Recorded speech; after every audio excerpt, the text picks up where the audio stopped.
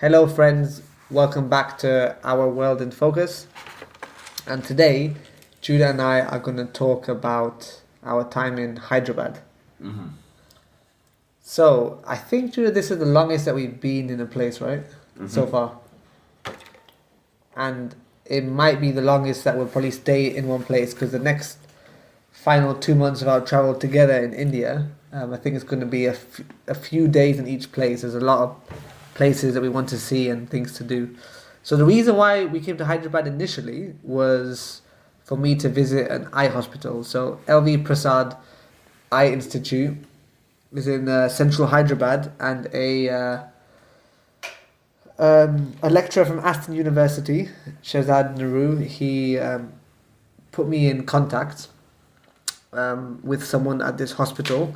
I went to see him kind of spontaneously. I think it was in the summer last year when I was passing through Birmingham. I forgot the reason. Yeah, there was a friend's wedding in Leicester, and I'd asked his advice just about advice for next steps in like career and stuff, because I know he teaches and visits at the universities, and he suggested this would be a good place to visit that he's in touch with. And then Dr. Uketi, who I volunteered with in Uganda, he also mentioned that this hospital, he's friends with the founder, and he said it's a really cool model. So, and then I spoke to another optometrist in South Africa, who I met through Dr. Uketi, and he also mentioned this. So I was like, I'm going to visit. And I approached it a bit different to my previous volunteering ones. I approached it not to volunteer, but just to observe, because I heard they do some really interesting stuff. So I spent a full week there. It was a bit of a shock to the system. I haven't been on a normal work schedule for over a year, where I've spent a whole week, like waking up consistently at 7 a.m., getting back late. And by the end of the week, I actually had quite an intense headache. I think the tiredness, and also the last day was visiting some of the different centres. I think I had a bit of heat exhaustion. But overall, it was really interesting. I visited all aspects of the hospital. I sat in on different clinics like pediatric, neurology, glaucoma, retina, special needs, low vision, ocular prosthetics. And then I also, just talking to different optometrists, hearing what took them into working, how it was like, and understanding more about optometry in India, which I knew nothing about, and I was really encouraged. And I guess maybe naively a bit surprised to see the high level they were operating at. In some ways even more advanced than stuff that I can do in the hospital, so that was encouraging to see. And I also visited the Innovation Centre, which was really cool. It's like a multidisciplinary team where there's some optometrists, ophthalmic engineers, doctors, scientists, industrial designers, mechanical engineers, artists, people from multiple professions. They all design new products, and I was like, wow, this is really fun to be outside the clinical environment, thinking of new things. So I quite enjoyed that, and I've never thought about something like that in the past, but that was cool to see. And also the research lab seemed really cutting edge, and I spoke to lots of optometrists and spoke to them saying that I don't quite know what I want to do in my career next, and they gave me lots of helpful pointers, and I think I'd like to visit again in the future. I also love their model about how there's a pyramid, so there's a centre of excellence, then there's tertiary centres, secondary, primary, progressively more and more centres that serve the rural communities, the smaller populations, and they're able to offer free eye care for people that can't afford it because of their business model. It's a non-profit, but the people that pay for the excellent care fund the people that can't pay. So it was, pretty special, and it was a success for my time in Hyderabad. But Judah obviously wasn't there with me observing in an eye hospital, so he had, I guess, a gift of a whole week to himself. So what was it like for you, Judah? So it was pretty terrible. Why? Because Benji's organised pretty much 98% of the trip, and I help out on a day, and then suddenly he ditches me and decides just to do something what he's passionate about, and I'm in a city that I don't even know about or have any passions about, to figure out how to fill 40 hours of my time, and so it was a bit hard, to be honest. Yeah. So what do you actually do then? So I Monday I probably moped about a little bit, feeling sorry for myself. And then I'd also booked flights back to the UK. Mm. So I think that's a challenge of I've been straddling both worlds now. Of being back in the UK in basically pretty much exactly 2 months. And also, yeah, just trying to not get lost in it. I've booked various different weekends of doing different things, a young adults weekend, etc. So yeah, I've just been really trying my best to stay in the present, and because of the days being a bit more listless in some ways, and trying to do different things to occupy myself, but because I hadn't had loads of prep time to figure out what I wanted the best, and now I'm thinking a bit more about kind of returning my career, etc. It was a bit of a challenge to know what to do in a foreign city where it's pretty busy, it's pretty hectic, and even trying to order an Uber is not guaranteed. You have to wait quite a while sometimes, and choose the most expensive options sometimes because of people wanting a higher rate. So it just so it was a bit of a challenge, but I think I managed to, by Friday and Saturday, I managed to get in a bit of a rhythm, and I realised that I wanted to do some things with Benji. He doesn't really like doing evening things because just of the things that he likes to do. He likes to be quiet and read a book, and he gets enjoyment out of that. And so on Friday and Saturday evening I did my own thing and went to live music things. And during the daytime on the Saturday, Benji decided to join me, and we went to the zoo. But I probably would have gone anyway if he was working. So basically just I managed to figure out and reflect on what I wanted to do. I didn't want to visit random monuments. Museums were okay, but I'd quickly lose interest in some of the museums because there's only so much you can remember. So green spaces are a bit of a challenge to find sometimes. And Hyderabad is not particularly on the popular tourist route either. No, so there were a few things I wanted to do. So I think that's why it was a bit of a challenging week because of that. And I also think that was reflected in quite poor quality sleep. Normally when Benji would sleep at night, I would try to read a book or something, and then I'd eventually fall asleep early in the morning, but then Benji's alarm at 7 a.m.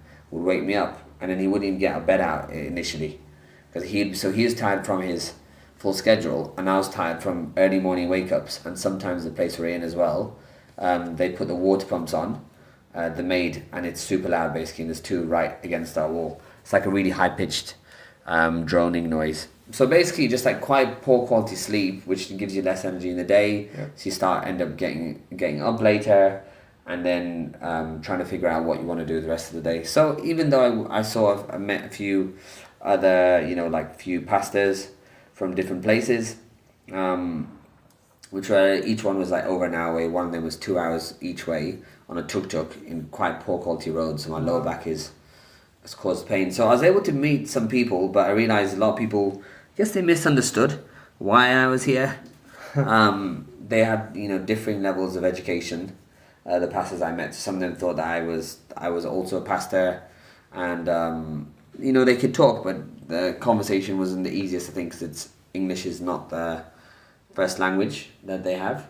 So they were kind, but so that was me trying, filling time meeting people. But then on Benji can talk about how we connected with this really nice church, and what the impact was. We could talk about Namaish as well, actually. So I guess the kind of maybe touristy or things we saw in Hyderabad, we went to a couple of parks. I mean, I now appreciate the access to parks in the UK. Just to have green spaces where you don't hear tons of cars and busyness and stuff. It's something that you just take for granted in the UK. So we tried to explore different green spaces, but probably the most memorable thing we did was we went to a convention or exhibition called Namaish, which is an annual exhibition for the first 45 days in Hyderabad. It's quite well known. It's sort of like a fair, except there's like 40,000 people there every evening when it's open. And vendors, small market vendors come from all across India, including like Rajasthan, Bengal, Kashmir. And a friend that we met at the church, which we'll mention after, they took us and showed us around. And that was pretty incredible, actually. Hyderabad is a city with the third most, or the third highest number of Muslims as well. So it was really cool to see some of the kind of culture and the food and especially aspects of Middle Eastern, but I guess also South Asian as well. And there's something called halim, which is a kind of slow roasted mutton dish that's very popular in Ramadan, and it's only served outside Ramadan at Namaish, at a place called Pista. So that was like a local delicacy from Hyderabad, which was fun to try. And then they had a really wacky thing called the Well of Death, and it cost like 90p to enter, and it was where there's like literally like a pit, so you're on these railings. It feels like someone's just put up scaffolding, it's kind of like slightly dodgy metal railings to climb up. And there is 4 motorbikes and 4 cars, and they all like are driving almost like the walls are almost vertical, it's like a wall they keep kind of going round. And I say it's a wall, it's like metal sheets, so you hear it rattling, and I'm like, man, this looks so dangerous. There's no helmets, and often they had no hands on the bars or the steering wheels. So it started off with 1 bike, then 2 bikes, then 3, then 4, then all the cars. And it was pretty wild and pretty loud as well. But yeah, not something that you'd see in the UK. So that was very interesting. And yeah, that was the main kind of touristing we did. Judah went to a couple of music nights as well. What were they like, Judah? Because I was too tired after work to attend. So on Friday, I went to a place called Lamakan, which is close to Banjara Hills, where we are based. And that one was... clearly here there's loads of things about like East meets West fusion, so just like maybe Indian tabla drums with like Indian singing with kind of Western instruments, etc. But this one is basically a group of teenagers doing an event, so it was pretty poor quality, because they were just like a rehearsal basically. It felt like, and most of them people there were the friends and family. So that was kind of like doing like my open mic nights at university. It felt like they're skilled musicians, but like the overall quality of performance was extremely poor. Yeah. Like the audio levels, the consistency, some of the singing was slightly off. Some of the music was starting off pretty amateurish, to be honest, like a karaoke, it felt like in some aspects. So people could leave there and not have to worry. And then on Saturday, I went to one which is at Audio Coffee House, which is our friend owns and runs. And there was basically a really nice, like a nice event with a solo guitarist who was basically doing fingerstyle and percussion style guitar, and it was very meditative and calming, so that was nice to be able to be there. Good thing is both of these events were fairly local to me, so within 10 minutes I'm home, and so that's what I enjoyed about doing some of these things. Now Benji, who normally organizes the schedule, there wouldn't be these things because it's very daytime heavy, very nighttime not heavy. Essentially being at home, doing different things. And of course, Benji's not someone who's keen generally to go out because he doesn't drink and different things and enjoy having late nights.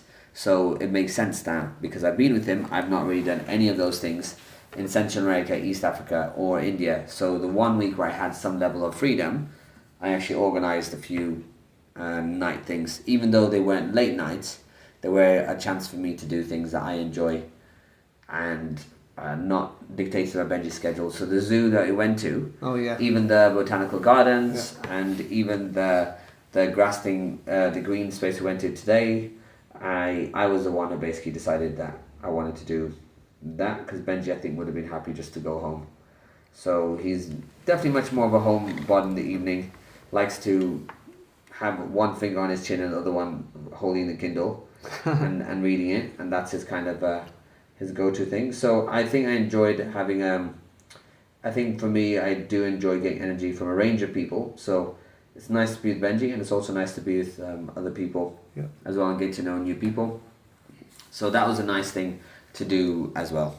Yeah, it was a cool part of our traveling. I think like Judah also. I was joking that he can't hide now that he's good at planning and doing different admin for our travel, and so now I know I don't have to do it all, which is great. Even though he'll try to pretend he forgotten.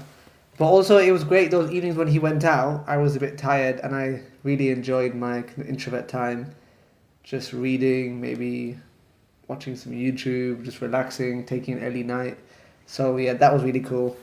And I think just being in a place for over a week gives you a chance to relax. We were in the same place as well, same accommodation. The longest we had been in India, like, I don't know how many the nights, like 13, 14 nights in one place, probably the longest that we will stay. So that was cool just to kind of decant, as we call it, put all our stuff, just chill.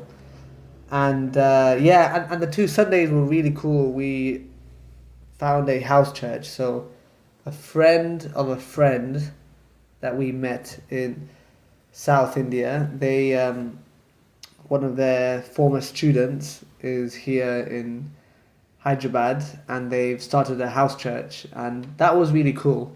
I think maybe we can do a whole episode on like spirituality and stuff while traveling in India, which is very interesting, like coming from the Christian faith and other aspects. So if you're interested in that, let us know. But I think for me, we've been to lots of larger church gatherings, but this smaller, intimate setting was really beautiful, and it's kind of like, I guess it gives a taste of what it might have been like in the past for early Christians and before it became a whole institutionalized state involved kind of religion in many places. The kind of simple Christian faith was really beautiful. Just a group of people who come together, share life, read through the Bible, talk honestly and vulnerably with each other, and share a meal, like fantastic, like unlimited Indian food, so that was a dream. And the leaders of the church were very down to earth, very humble, and they're the ones that like took us to the Namaish, and even today, our last day, they took us out for a really like grand lunch where there's a massive dish. I think it's called a mandi, a massive dish with loads of meat and rice that you share together. So that was a highlight. It was unexpected. We didn't go in expecting to find connection. We always try to connect to Christians in any city we go to. We think it's a really good way of getting to know locals and understanding an aspect of the local city and things. And sometimes it's hit and miss. Sometimes you feel very maybe unwelcome and a very random maybe format of church or their theology.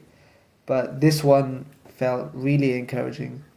And so I'd love to visit Hyderabad in the future just because of the hospital and the church, even though the city itself is just a massive, 13, 14 million people, loads of main roads, hard to find quiet spaces, probably like any major city.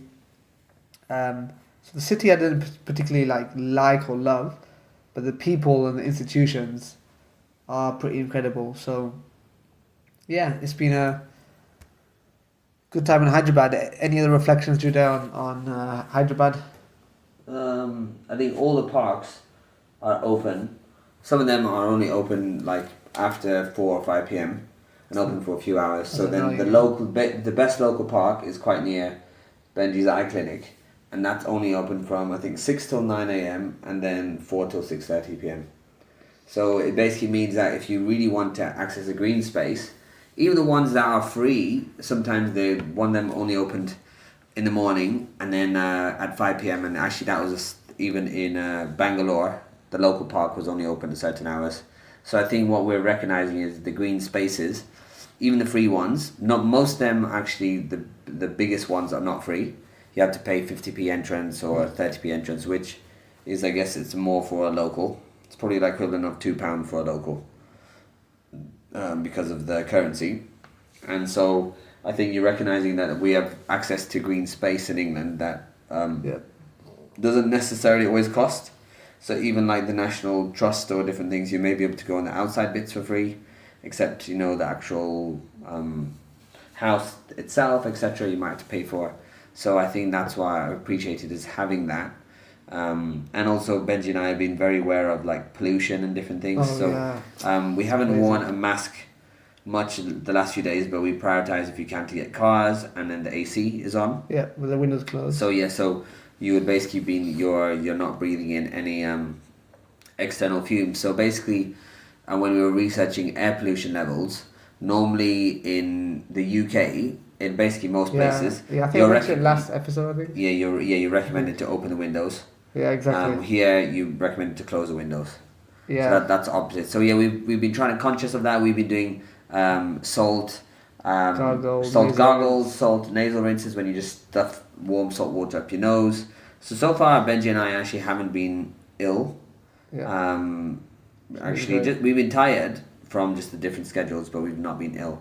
So that's what's been nice. And also my reflections on spirituality, just briefly, are that the house churches are often the churches that can have some really good sense of community. Yeah. So recently we've spent, I'd say there's 3 things that came out of house churches. One was in East Africa, called New City Fellowship. That's one where my parents used to go to, and we used to go to when we were younger. And that one started as a house fellowship that my parents went to, and then developed into like a church. But I think this church overall on a Sunday would be friendly, but also there are, like, we used to do like socials pretty much every Sunday, or most Sundays, when we were in with Kenya different people in Kenya last year. And so that was something that, again, I think there's a community aspect vibe when it started off as a house church. There's people are very close. And then we went to another one in Tanzania, which had started off a house church, and this year had moved to a building for the first time. Sitam. And that is called Sitam, Arusha, and that one was very friendly, very warm and welcoming. And we did know people we'd met earlier. So briefly, they welcomed us, but I think we would have still connected with them anyway. Yeah. Because of how loving and kind and thoughtful the initial welcome was. Of course, when you're actually there, things change. And then this one here, which is a house church in someone's living room, and again, I think because of the aspect of having food afterwards is very thoughtful, and just a chance to have a bit more of a genuine connection. So I think that's what I've appreciated is sometimes in the more established churches, there you can have a few conversations with people, but there's this kind of desire, or even today I felt this desire to leave. Sunday I felt the desire to leave. Right after the service had finished, I felt the desire to leave because everyone was talking to their friends, catching up. And as an outsider, it's very hard to be able to interrupt on these conversations, especially some of them are in a different language. Yeah. But after we started eating, they felt it was a big equalizer. So there's something about having food, which I think in the UK context is a massive burden to do every week. People have tried to model it for having Bible studies in the evenings, etc. But like logistics of trying to do food every single week is a challenge actually. And in India, there's maids. Most people have maids. Same as East Africa, because labour costs are a lot cheaper and lower. Yeah. So you don't actually have to do it all yourself. Yeah. And that means even washing up and clearing up and household duties, you can just basically commission it to your maid to do basically, and you just do it a little bit so you can focus on other duties. Maids will often look after your kids as well for you, if you need them to, or you can focus on your kids and they look after the household duties. So there's a much bigger culture here of basically the maids are there pretty much 24/7 a lot of the time, or a lot of them working there a lot of the time. So that allows you to be more hospitable. So for example, if you wanted to run an Airbnb, this one, it wouldn't be that hard to run because most of the cleaning or the washing or etc. the maid could do. And so you don't really need to do all these kind of things which are more labour intensive that you'd have to do yourself in the West because of the costs are just much higher. So those are just some reflections, and also an introduction here, like East Africa, to gated communities. Except these ones are much more high tech, as in they've got you need special QR codes to get in, and so I think the gated communities we saw in East Africa were not new ones. Were ones where had been there for maybe a few years, and whereas here, like, these are fairly new ones, you could say. And there's like thousands of people, like 10,000 living here, like in a small complex, extremely high rises. So we hadn't visited anyone we knew weren't maybe kind of new arrivals or the young urban professionals. So they weren't in the big, massive high rises in Kenya. So we didn't really know what those were like, but they were just in the kind of the normal, smaller complexes, you could say, the not massive ones. And so that's an interesting thing about, like, in these places, often there's gated communities which people will seek after. And we saw at the airport, I've never been to an airport before when I've seen so many advertisements for gated communities. Yeah. In Egypt, there were loads of adverts on the main roads to New Cairo, so like the newer part of Cairo, with loads of gated communities, like with loads of postcodes for them. So I saw it advertised in around that place, but never like at the first thing you get to an airport, and it's gated community 1, 2, 3, 4, 5, 6, and it basically looks like Saudi Arabia. Loads of these ones, like the way they're built, etc. So maybe that says something about people and desire to separation, and even the place we're living now. You can the maid lives is like Harry Potter. She lives basically in a closet. Underneath the main owner's house. And the owner's house is like quite big. Owner's house is basically, pretty humongous. It's above us. And the maid lives here, and Benji and I have never seen her smile. And I'm pretty sure the rent that we're paying per day is, or maybe that what she gets in a month.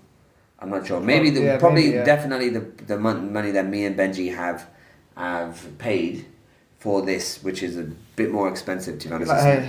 Like her yearly wage? No, I wouldn't say yearly wage, but I'd say it's probably 2 months of her wage, basically, just being here 10 days. So us being here 10 years. So there is a big mismatch between rich and poor, and Benji even calculated that the optometrists, the people who work in the eye hospital, only earn about £10 a day. Or like, I think starter wage for like a healthcare professional who's made it. Like a lowly beginning post, but I think it'd be like £3,000 a year, and like I think different professionals, like let's say allied healthcare professionals, biomedical scientists, radiographers, optometrists, audiologists, physios, kind of between like maybe 3 to 6k per year. And I'm not sure about doctors. Obviously, that's a whole other maybe podcast about money and things, and things here are admittedly much cheaper, but they're not like 10 times cheaper necessarily for everything. Yes, maybe food might be, but I don't think rent necessarily is. But anyway, things are cheaper, but it just shows the context, especially if we're paying like higher prices. But anyway, so I was going to say, Lord, any other reflections that you've had on kind of India, or what you've been doing, or books you've read? Because I've been reading a lot more about Indian history, which has been cool, and I read a history of the Indian states, and there's a really cool podcast series called Empire, and the first 17-18 episodes are on the British rule in India, which is really fascinating, really balanced. And I feel like I haven't known much about Indian history before. I think, like I mentioned before, I've never felt that connected to my Indian history or culture, but now I'm like, wow, it's really cool, really interesting. Both my British side and my Indian side is very tied to this land. And even just, understanding the nuance of the country and how actually it's never been a completely united country until the British left, ironically. Like, when the British were here, there still were some of the states that weren't part of it, or they were ruled by princely things. And even before that, the centuries and millennia before that, it was known as like, it was kind of known as a land of India type thing, you know, from south of the Himalayas down to the Indian Ocean. But yeah, just interesting to consider the concept of India is still quite a modern concept. Yeah, I haven't fully formed my thoughts with that, but I used to always think of that when I was learning about African history as well. Like, all those countries are just a collection of states, some of them, that a colonial power just put together and said, bam, you're a country, you know, where they would have naturally formed. But I think India would have naturally formed because of the geography. But even just learning about the states, like, I'm half Bengali, half Punjabi, and I've never really taken much notice or cared about it or talked about it. But now, when I'm thinking about it, reading the history, I'm like, oh, this is pretty cool. Like, both of those places, where the British had a heavy presence. So, Madaras, or what was it? Madras, I think it used to be called. That province, Punjab and Bengal were the British three like richest provinces, and the British Raj capital was in Calcutta until 1912, when they moved to Delhi, and Punjab and Bengal were both affected due to the partition as well. You know, which I haven't yet fully landed in that episode of history yet, but apparently it's quite a traumatic, like all this, I think it's still the largest displacement of humans in human history, or recorded human history, like tens of millions of people. So and they're known for, like, you know, Punjab, where it's Sikhism and strong and feisty and fun, and Bengal for the kind of intellectual capital in Calcutta, the religiosity, the academic, you know. So it's interesting to kind of reflect on how these two different cultures have intermingled in me, even though I'm out of touch with aspects of it. So that was interesting reflection, and we also stumbled across a book, The Little Prince, which you read, Judah. I didn't manage to finish it yet.